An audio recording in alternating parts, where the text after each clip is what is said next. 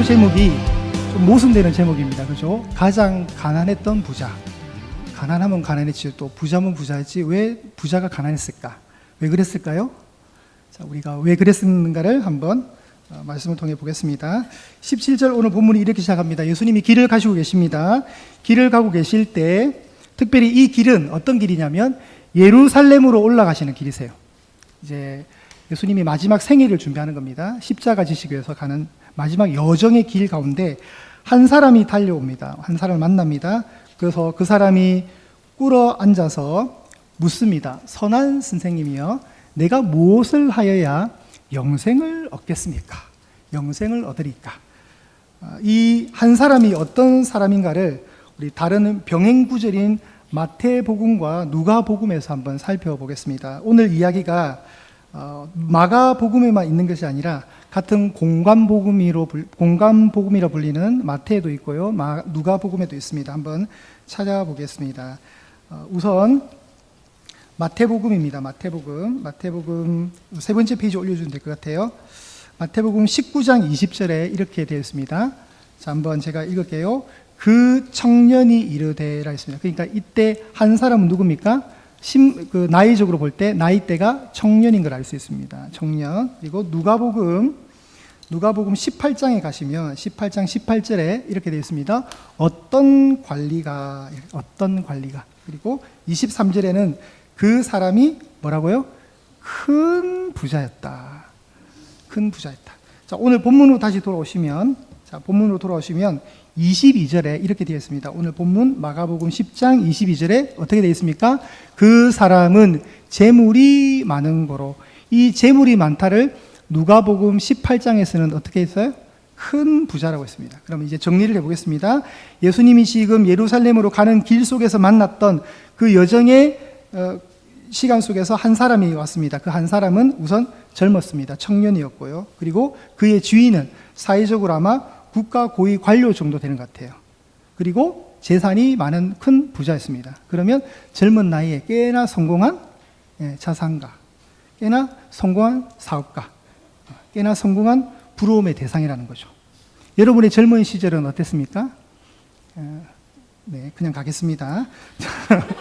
자, 여러분, 하나님에게 큰 라이벌이 있어요. 라이벌. 축구 선수 중에 메시라고 아세요? 메시. 네. 호날두 아세요? 네. 이거 EPL 많이 보시나 보네요. 자, 메시랑 호날두를 딱 둘이 놓고 뭐라 하냐면 라이벌 관계라 그래요. 둘이 비등비등해요. 누가 더 앞선다고 말할 수 없을 정도로 그 분야의 최고의 위치에 있는 두 선수입니다. 이 라이벌이라거든요. 하나님께도 라이벌이 있어요. 하나님에게 있어서 가장 큰 라이벌이 뭐고? 아니, 감히 하나님께 라이벌이 있어? 하나님께 라이벌이 있어요. 하나님만큼 사람들이 따르고 하나님만큼 사랑하는 뭘까요? 그 다음? 네, 돈입니다. 하나님의 가장 강력한 라이벌, 돈입니다. 그리고 우리가 이 세상에 살아가면서 가장 완벽하게 완성할 수 있는 것은 하나님도 믿으면서 돈도 많으면 돼요. 그럼 가장 완벽해요. 그러나 그게 잘 안 돼요, 여러분. 자, 오늘 어떤 한 젊은이가 왔습니다. 예수님께. 한 젊은이가 와서 예수님께 이렇게 말합니다. 선한 선생님, 선한 랍비요. 그러면서 그가 하는 질문이 뭐냐면, 내가 무엇을 하여야 영생을 얻으리까? 무엇을 하여야 영생을 얻으리까? 이 영생이 뭔가를 봐야 되겠습니다. 자, 여러분 성경책을 피셔서 9장으로 가보겠습니다. 마가복음 9장에 가시면 자, 43절입니다. 마가복음 9장 43절. 마가복음 9장 43절을 바로 옆에니까 있어요, 여러분. 되게 찾기 힘들다고 얘기하시면 안 돼요. 바로 옆 동네에 있습니다. 자, 마가복음 9장 43절을 제가 읽을게요. 만일 내 손이 너를 범죄하게 하거든 찍어버리라. 장애인으로 영생에 들어가는 것이 두 손을 가지고 지옥 곧 꺼지지 않는 불에 들어가는 것보다 나으니라. 자, 45절. 만일 내 발이 너를 범죄하게 하거든 찍어버리라. 다리 저는 자로 영생에 들어가는 것이 두 발을 가지고 지옥에 던져지는 것보다 나으리라. 자, 여러분, 지옥과 반대되는 게 뭐예요? 여기서 지옥과 반대되는 게 뭐예요? 어디에 들어간다고요? 영생이라죠. 영생에 들어가는 것이 지옥에 던져지는 것보다 낫다. 지옥과 영생이 대비되죠. 그죠, 여러분? 자, 47절 볼게요. 47절. 또 유사한 말이 나옵니다. 만일 너의 눈이 너를 범죄하게 하거든 빼어버리라. 한 눈으로 영생에 들어가는 것이가 아니라 뭐라고 표기됩니까? 하나님의 나라라 그랬죠. 하나님의 나라를 두 글자로 하면 영생이 아니라 하나님 나라를 두 글자로 하면 천국이 돼요. 그러면 이 영생은 뭐란 말이에요? 지옥과 반대의 개념이니까 천국인 거예요. 다시 영생은 성경에서 하나님의 나라라고 나왔고요. 이 하나님 나라를 우리가 상식적으로 뭐라 그래요? 천국이라 그러죠. 그러면 다시 오늘 본문으로 돌아와서 마가복음 10장 17절에서 이 청년이 말하는 이 질문은 뭐예요? 선한 선생님, 내가 무엇을 하여야 천국에 들어갈 수 있겠습니까? 라는 질문이에요. 자, 이해되시는 분만 빨리 고개를 끄덕여 보세요. 네. 이해되시죠? 이때 영생은 진중한 질문인 거예요. 그래서 이 청년이 다 가졌어요. 그런데 뭐가 있냐면 공허가 있는 거예요. 가슴 한켠에 채워지지 않는 공허함. 이 청년은 조금 뒤에 보면 알겠지만 신앙도 좋아요.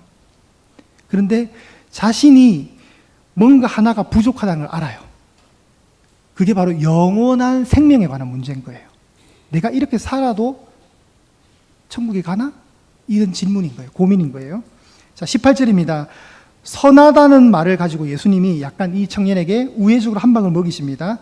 예수께서 이르시되 네가 어찌하여 나를 선하다고 일컫느냐? 하나님 한 분 외에는 선한 이가 없느니라 라고 살짝 이게 뭐냐면 청년이 예수님께 와서 약간 이렇게 좀 아부쪼로 좋은 멘트로 시작한 거예요. 선한 선생님 이러면서 접근 자체를 그러니까 예수님이 살짝 밀어내십니다. 선한 건 하나님밖에 없어 왜 나한테 그래 이런 거예요. 살짝. 그리고 19절에 예수님의 답변이 뭡니까? 내가 어찌해야 천국에 갈 수 있습니까? 어찌해야 죽지 않고 영원한 삶을 누릴 수 있겠습니까? 이 질문 앞에 예수님이 네가 계명을 안다. 이때 말씀하시는 계명은 뭘까요? 어떻게 알 수 있습니까? 그 뒤에 십계명이 나오잖아요. 살인하지 말라, 간음하지 말라, 도둑질하지 말라, 거짓 증언하지 말라, 속여 빼앗지 말라, 내 부모를 공경하라. 자, 십계명 한번 올려주실까요? 십계명은 두 파트가 있습니다. A조가 있고 B조가 있는데 A조는 인간이 하나님께 향하는 수직적 관계, 수직적 관계. 자, 첫 번째 계명이 뭐죠? 나 외에 다른 신을 두지 말라. 두 번째 개념은 우상을 만들지 말고 형상도 만들지 말고 그 형상 앞에 절도 하지 말고 세 번째 계명은 하나님의 이름을 망령되이 부르지 말라는 일컫지 말라는 거예요. 네 번째 개념은 안식일을 기억하여 지키라. 이게 수직인 거예요. 수직. 자, 이제 수평이 있습니다. 이웃과의 관계입니다. 이웃으로 오면 다섯 번째 B 파트에 B조에 제일 먼저 나오는 게 내 부모를 공경하라입니다. 그죠? 내 부모를 공경하라. 여섯 번째 계명은 살인하지 말라. 일곱 번째는 간음하지 말라. 여덟 번째는 도둑질하지 말라. 아홉 번째는 거짓말하지 말라. 열 번째는요, 이웃의 물건을 탐내지 말라. 자, 이렇게 정리가 되어 있습니다. 그리고 이걸 이제 잘 계산해 보세요. 5계명이 부모 공경이고 6계명이 살인하지 말라였고. 자, 다시 오늘 본문으로 오면은 뭔가 순번이 안 맞다는 사실을 알게 돼요. 다시 오늘 19절 한번 보실까요? 네가 계명을 아는데 살인하지 말라. 원래 살인하지 말라가 먼저 나오면 안 되죠. 저 맨 마지막에 내 부모를 공경하라가 먼저 나와야 되죠. 그렇죠? 자, 살인하지 말라, 간음하지 말라, 도둑질하지 말라, 거짓말하지 말라는 순번상 맞아요. 6번, 7번, 8번, 9번까지 쭉 갑니다. 그런데 오늘 예수님이 하시는 독특한 말씀 중에 하나, 없는 계명처럼 보이는 게 뭐예요? 속여 빼앗지 말라는 십계명에 없잖아요. 그죠? 그러면 뒤집으면 돼요. 이 청년은 부자였습니다. 이 청년이 부자가 되는 이유 중에 하나가 뭐가 있었던 거예요? 속여서 빼앗었던 경우가 있었다는 거예요. 예수님이 지금 우회적으로 꼬집는 거예요. 그렇게 유추할 수 있습니다. 속여 빼앗지 말라. 이 속이다는 개념 자체가 내 이웃의 물건을 탐내지 말라의 변형형인 것 같아요. 그러니까 정직한 방법이 아니라 약간 상대를 아프게 하면서 불편하게 만들면서까지 자신이 이익을 위해서 그걸 취득한 것 같아요. 속여 빼앗지 말라. 그리고 부모 공경이 나왔습니다. 자, 20절. 그가 여짜오되 선생님이여 이것은 내가 어려서부터 다 지켰습니다. 십계명 다 지켰다는 아주 자신감 있게 얘기하는 거예요. 저 이거 다 지켰어요. 저도 알아요. 저 다 지켰어요. 근데 다 지켰을까요? 저는 이 말이 거짓말 같습니다. 왠지 신뢰가 가지 않습니다. 예수님이 속여 빼앗지 말라 이 말이 저는 불편해요. 그래서 이 청년은 다 지킨 것 같지 않습니다. 그런데 그 청년을 바라보는 예수님의 시선은 되게 따뜻합니다. 마태복음과 누가복음에는 없는 마가복음에만 있는 표현이 있는데 21절에 예수께서 그 청년을 보시면서 뭐 했다고요? 사랑하사 애정을 가지고 있어요. 그러면서 예수님이 정답을 알려주는 거예요. 내게 한 가지 부족한 것이 있어. 네가 가지고 있는 것, 내게 있는 것을 어떻게 해요? 다 팔아서 가난한 사람들에게 줘라. 그럼 이 청년이 지금 뭘 못한 거예요? 이웃 사랑을 실천하지 못하고 있는 삶이죠. 그죠? 하나님과의 수직적 관계는 자기가 자신이 있는 것 같아요. 근데 수평적 관계는 뭔가 부족해요. 5계명부터 10번째 계명까지를 잘 안다면 가난한 사람들에게 주는 마음은 당연한 건데 이 청년이 그게 안 되는 것 같아요. 너한테 있는 것을 다 팔아서 가난한 사람들에게 주라. 그리하면 하늘에서 보화가 너에게 있을 거다. 여러분 하늘에 가면 돈이 있을까요? 천국에 가면 돈이 있을까요? 저는 없을 것 같은데 없어도 괜찮을 것 같아요. 불편하지 않을 것 같아요. 왜요? 천국이니까. 그러니까 여기서 말하는 하늘에서 보화가 뭘까요? 그런 표현이 아니겠죠. 땅에 쌓지 말고 하늘을 바라는 거예요. 네가 영생을 소망한다면 방향이 하늘을 향해야 돼. 너는 지금 자꾸 땅에서 쌓잖아. 땅에서 움켜쥐고 있고 내려놓지 못하고 있잖아. 다 팔아서 가난한 자들에게 주라는 거예요. 그리고 와서 나를 따르라는 거예요. 그리고 나를 따르라. 여러분 예수님이 나를 따르라 말하는 이 표현은 자주 나오는 듯하지만 4개의 복음서를 다 뒤져봐도 자주 하시는 말씀이 아니에요. 아무한테나 너 나 따라와, 나 따라와 이렇게 안 해요. 굉장히 이 말씀을 아끼시는데 오늘 감사하게도 이 부자 청년에게는 이 말을 해주시는 거예요. 그러면 이 부자 청년에게는 엄청난 기회예요. 예수님이 잘 안 하신 표현인데 나를 따르라는 거예요. 자, 22절입니다. 끝절. 근데 그 부자 청년이 재물이 많았어요. 돈이 너무 많으니까 이 말씀이 어떤 말씀이었어요? 다 팔아서 줘라 이거잖아요. 가난한 자들에게. 이 말씀으로 인해서 얼굴 표정이 어때요? 슬픈 기색, 그리고 근심하면서 가는 거예요. 그래서 오늘 설교 제목이 가장 가난했던 부자인 거예요. 가장 가난했던 부자. 이 사람은 천국에 갔을까요? 잘은 모르겠지만 저는 안 갔을 것 같아요. 왜요? 이 사람은 하나님의 가장 강력한 라이벌인 돈을 선택했어요. 재산이 많은 게 너무 걸림돌이었어요. 그래서 이 사람은 아주 쓸쓸한 모습으로 예수님을 등지고 슬픈 기색을 띠고 근심하면서 갔습니다. 이걸 뭐라 그러죠? 허탈이라 그래요. 엄청나게 좋은 기회가 왔는데 너무 결과가 실망스러운 거예요. 마지막 그림을 준비해 주세요. 아직 저희가 5월달에 탁구대에 나가서 우리 장로님들이 우승했어요. 그때 이제 그 탁구대회가 끝나고 뭘 했냐면 경품 추첨이 있었어요. 그래서 저도 번호를 받았어요. 저도 받았고 홍정표 강도사님도 받았고 이유성 전사님도 받았고 그때 가셨던 몇 분 우리 장로님들이 받았어요. 다 기도하는 마음으로 기다리고 있었어요. 이렇게 혹시나 하는 마음에. 그런데 역시나 제 옆에 있던 홍 강도사님이 불렸어요. 그래서 좋다고 뛰어나갔는데 선물이 아토미 치약이었어요. 그래서 허탈해하는 저 표정을 제가 찍었어요. 허탈해.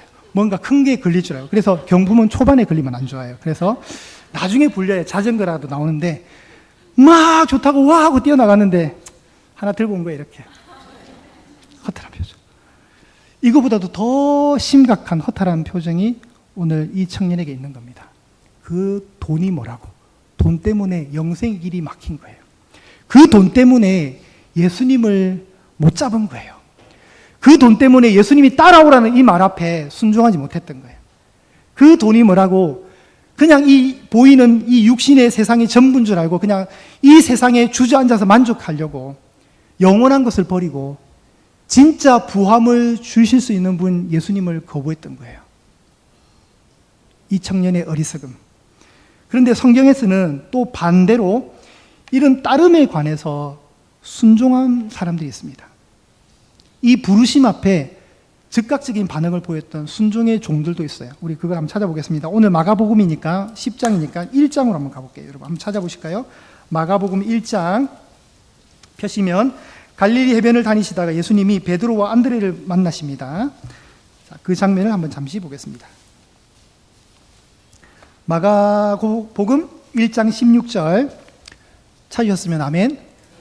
자, 제가 읽습니다. 갈릴리 해변으로 지나가시다가 시몬은 베드로입니다. 시몬과 그의 형제, 남동생 안드레가 바다에 그물을 던지는 것을 보시니 그들은 어부라. 예수께서 이르시되 나를 따라오라. 내가 너희로 사람을 낚는 어부가 되게 하리라.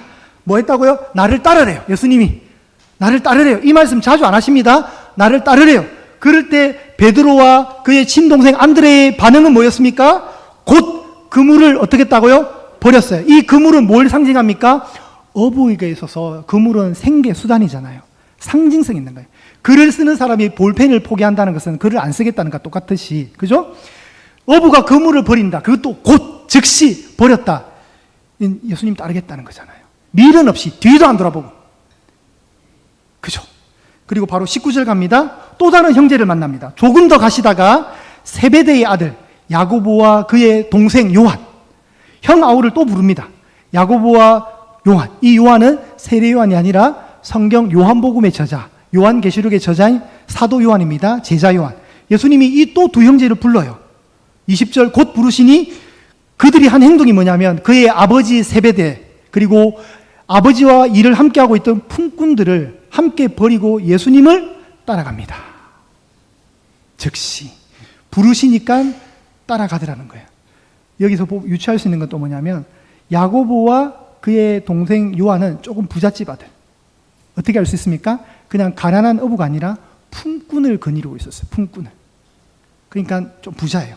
그들이 뭘 하고 있었습니까? 그물을 깁고 있었어요. 19절에 보시면 그물을 보수 작업하고 있었어요. 왜요? 다시 출항하기 위해서. 물고기 잡으러 가기 위해서. 그런데 그 상황 속에, 순간 속에 예수님이 부르셨어요. 바로 버리고 예수님을 따라갑니다. 자, 2장으로 가보겠습니다. 2장으로 가시면 14절에, 마가복음 2장 14절에 또 지나가시다가 알페오의 아들 레위가 세간에 앉아 있는 것을 보시고 그에게 이르시되 나를 따르라 하시니 일어나 따르니라. 이 레위가 누구냐면 마태복음의 저자인 마태의 히브리식 이름입니다. 마태예요, 마태. 하나님이 지금 예수님이 마태를 부르시는 거예요. 마태가 어디 앉아 있었다고요? 세간 업무를 하고 있어요. 베드로와 안드레, 야고보와 요한이 그물을 버렸다면 레위는 뭘 버리고 따랐을까요? 세리 책상과 장부를 버리고 예수님을 따라간 겁니다. 그도 버렸습니다. 지금 보글보글 소리가 나는 것 같아요. 수옥이 끓고 있는 것 같아요. 자, 이제 하나 더 위대한 사도 바울을 보겠습니다. 빌립보서 3장 제가 말씀 찾아드릴게요. 빌립보서 3장 7절과 8절입니다. 그러나 무엇이든지 내게 유익하던 것을 내가 그리스도를 위하여 다 해로 여길 뿐더러 또한 모든 것을 해로 여김은 내 주 그리스도 예수를 아는 지식이 가장 고상하기 때문이라. 내가 그를 위하여 모든 것을 잃어버리고 배설물로 여김은 그리스도를 얻고. 사도 바울은 이 지구상에서 제가 봐도 몇 안 되는 굉장히 똑똑한 유태인 학자였을 거예요. 랍비. 천재적인 머리를 가지고 있습니다. 배경도 너무 좋아요. 이스라엘 정통 혈통에다가 베냐민 왕족 출신인 베냐민 지파 사람에다가 히브리인 중에 히브리인으로 불렸고 율법으로는 바리새파 사람들. 어렸을 때부터 율법을 잘 지켰던 흠이 없는 자라고 스스로 소개하는데, 그런데 문제는 뭐냐면 예수님이 바울을 부르신 이후부터 인생의 관점이 바뀌기 시작했습니다. 이거 다 필요 없다. 내가 가진 인생의 스펙, 나를 포장하는 포장지가 의미가 없는 거예요. 예수님을 만나고 나니까 그를 화려하게 꾸몄던 포장지가 다 뭐로 여겨집니까? 배설물로 여겨지더라는 거예요. 이거 별거 아니네. 이게 중요한 게 아니네. 오늘 청년으로 가면은 돈이었던 거예요. 돈. 재물이었던 거예요. 이거 아무것도 아니네. 이렇게 돼야 돼요. 왜 그랬습니까? 8절 끝에 가시면 그리스도를 얻었기 때문에. 예수님을 얻은 거예요. 그러니까 바울은 판단한 거예요. 자기가 소중하게 여겼던 어떤 것, 나를 굉장히 위대하게 보였던 그 포장이 예수님을 만나고 나니까 아무것도 아닌 걸 알았어요. 그리고 그는 과감하게 그걸 포기했습니다. 베드로도, 안드레도, 야고보와 요한도, 마태도 예수님으로 인해서 예수님이 선택한 그 길을 따랐습니다. 다 버리고 진짜 우리를 부욕해 하시는 분을 따라간 거예요. 저도 여러분들이 이렇게 되시기를 축복합니다. 돈이 뭐라고? 예수님이 고향 나사렛에 가셨어요. 마가복음 6장에 보면 그 기사가 나오는데, 갔는데 고향 사람들이 예수님을 좀 재수없게 생각하면서 배척을 해요. 그래서 예수님이 그들의 불신으로 해서 권능을 행하지 않았지만 성경에 뭐가 있냐면 다만 소수의 병자는 고쳤다라는 기사가 나와요. 여러분, 저는 이 구절이 참 은혜가 돼요. 건강한 나사렛의 고향 사람들은 예수님을 만날 수 있는 접촉점이 있었는데도 불구하고 그냥 배척하는데, 병자들, 아팠던 사람들은 예수님이 병자를 고치더라는 그 소문을 듣고 예수님께 왔던 거예요. 그리고 예수님은 그 불신과 배척 분위기 속에서 권능을 행하지 않으셨지만 그 소수의 병자들은 고치신 거예요. 그럼 진짜 복받은 사람이 누구예요? 건강하게 살면서 예수님을 밀어낸 사람이 아니라 비록 육신적 약점과 핸디캡이 있고 아픔이 있지만 그 질병으로 해서 예수님을 만난 인생이라면 차라리 병듦이 복인 거예요. 그렇죠, 여러분? 여러분, 우리가 가끔씩 우리가 원하지 않는 뭔가를 만날 때가 있어요. 그 시간들은 은혜가 될 수 있습니다. 그게 남들과 비교될 때 왜 나한테만 이런 병의 고통이 올까가 아니라 그 속에서 우리가 뭘 봅니까? 하나님의 은혜를 바라본다면, 그리고 내 신앙을 더 유익하게 끌고 가게 한 하나님의 배려라면 그 병듦이 때로는 복이 될 수 있는 거예요. 여러분, 인생은 멀리 보고 깊게 보고 높이 보면서 해석하는 거예요. 단편적으로 보면 비극이에요. 하나님의 은혜라는 게 그런 거예요. 포장되어 있는 하나님의 은혜. 오늘 이 청년이 저는 참 불쌍해요. 너무 불쌍해요. 너무 불쌍해요. 다 누려봤잖아요. 다 누렸으면 그냥 이만해도 될 것 같은데 그 돈이 발목을 잡는 거예요. 여러분, 부자가 천국 갈 수 있습니까? 갈 수 있습니다. 근데 왜 예수님이 부자를 부정적으로 얘기하냐면 전제가 있어요. 쌓는 부자가 못 가요. 쌓는 부자가. 땅에 쌓는 부자는 못 가는 거예요. 가기가 너무 힘들어요. 우리 뒷절 한번 보실래요?